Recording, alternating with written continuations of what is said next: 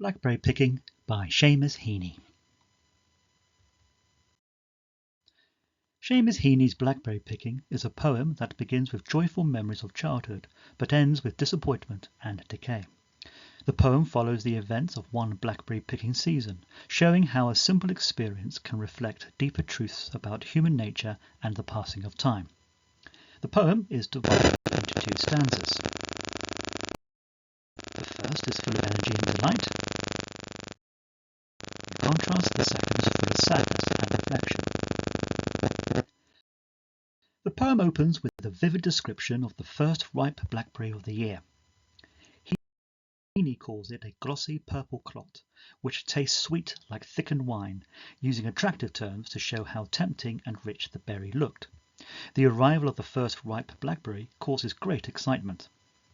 He writes that it made the mouth water, at first just one, but soon this small moment sparks a strong desire. The excitement turns into lust for picking.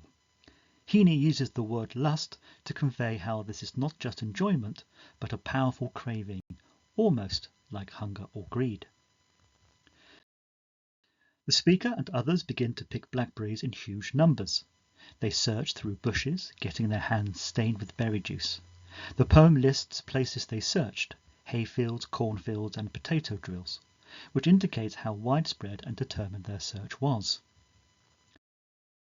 The children don't just pick a few berries, they gather buckets full. The way the berries are collected and stored feels almost obsessive, pointing to the theme of greed and desire. The urge to collect all the blackberries shows how strong human desires can be, even when we know that the reward they can bring won't last.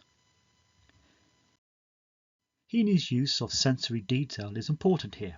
He describes the sticky, sweet smell of the berries and the feeling of the juice on their skin. Words like flesh, blood, tongue, and palms create a strong physical sense of the experience. The poem also hints at how short-lived the joy is. The red ones inked up describes how the berries darken, but also suggests a kind of staining or warning of what's to come. About 2/3 into the poem, there's a shift in mood. The second stanza is much shorter and begins with a change from joy to disappointment. The excitement of childhood is replaced by the reality of change and disappointment, reflecting a loss of innocence. Once the berries are picked and stored, they don't stay fresh, they begin to rot. Heaney describes how a fur grows on them, mould, which is blue, green and grey. The once sweet smell turns sour, the berries become disgusting, rat-grey fungus takes over. This sudden change in the berries reflects the inevitability of decay. What once brought excitement now leads to disgust and regret. The speaker admits he should have expected this. I always felt like crying. It wasn't fair that all the lovely canfuls smelt of rot. These lines convey the sadness that comes with realizing that good things do not last. The speaker knows the berries will always rot, but he still hopes they might not. The final line sums up this feeling perfectly. This line contains a mix of childish hope and adult knowledge. It expresses one of the key ideas in the poem: decay and time.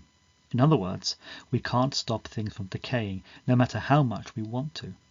By following the process of blackberry picking from excitement to rot, Seamus Heaney captures a deep truth about life, that joy often fades and beauty cannot last.